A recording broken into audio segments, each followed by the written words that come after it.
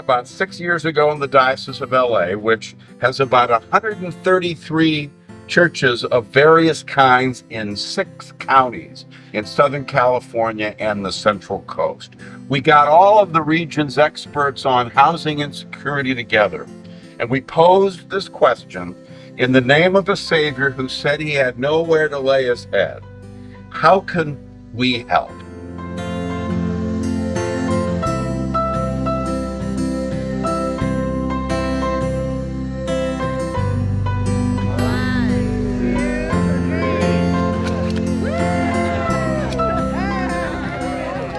St. Michael's Apartments have essentially become the pioneer flagship project for our diocesan housing justice initiative. We've pledged to build affordable housing on 25% of our ministry centers, missions, and parishes. That'll be 30 or 33 projects. The first is St. Michael's, 2 more underway in Orange County, at least 10 more on the drawing board now, having come through the corporation of the diocese, and 20 more coming behind that.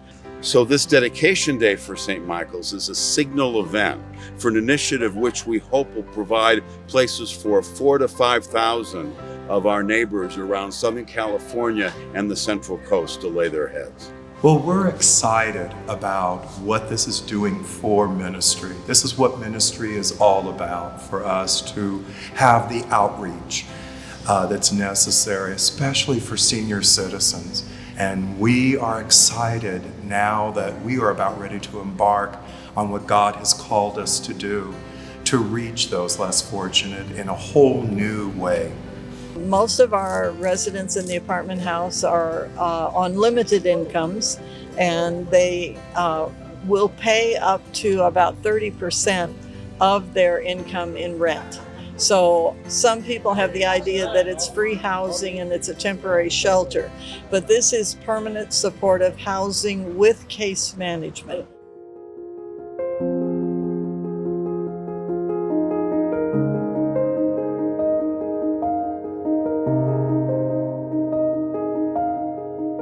Colleagues of ours that do social work and case management often will talk about the social determinants of health.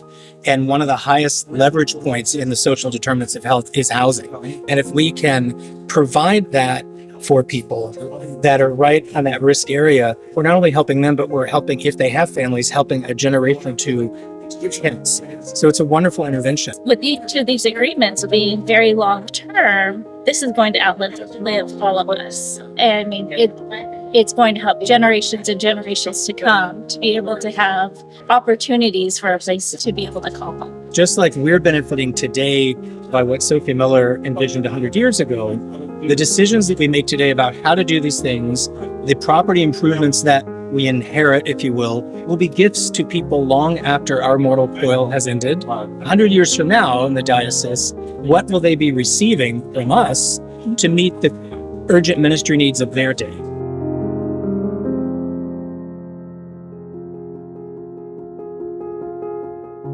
The decision about whether to take a leap of faith and provide affordable housing on a church campus is a complex and very holy process. But if the real estate is there, if the partners are in place, if we can do the financing in such a way that we can get ground lease revenue, $75,000, $80,000, $85,000, $90,000 a year to help run the church, if not in perpetuity, at least for a period of 40 or 50 years, if it all lines up, then affordable housing may be for your church community. Reverend Bell is going to be available to talk to anybody in leadership at a church to come and visit and talk about how to make affordable housing work locally.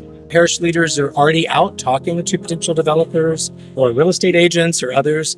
Others are at the very beginning of what might we do. No matter where someone is, now they have one person they can come to, and then I can help coordinate between the diocese, the standing committee, and the corporation, and ECS, and the developers, and the case management service providers. I can be a single point to help move those conversations along.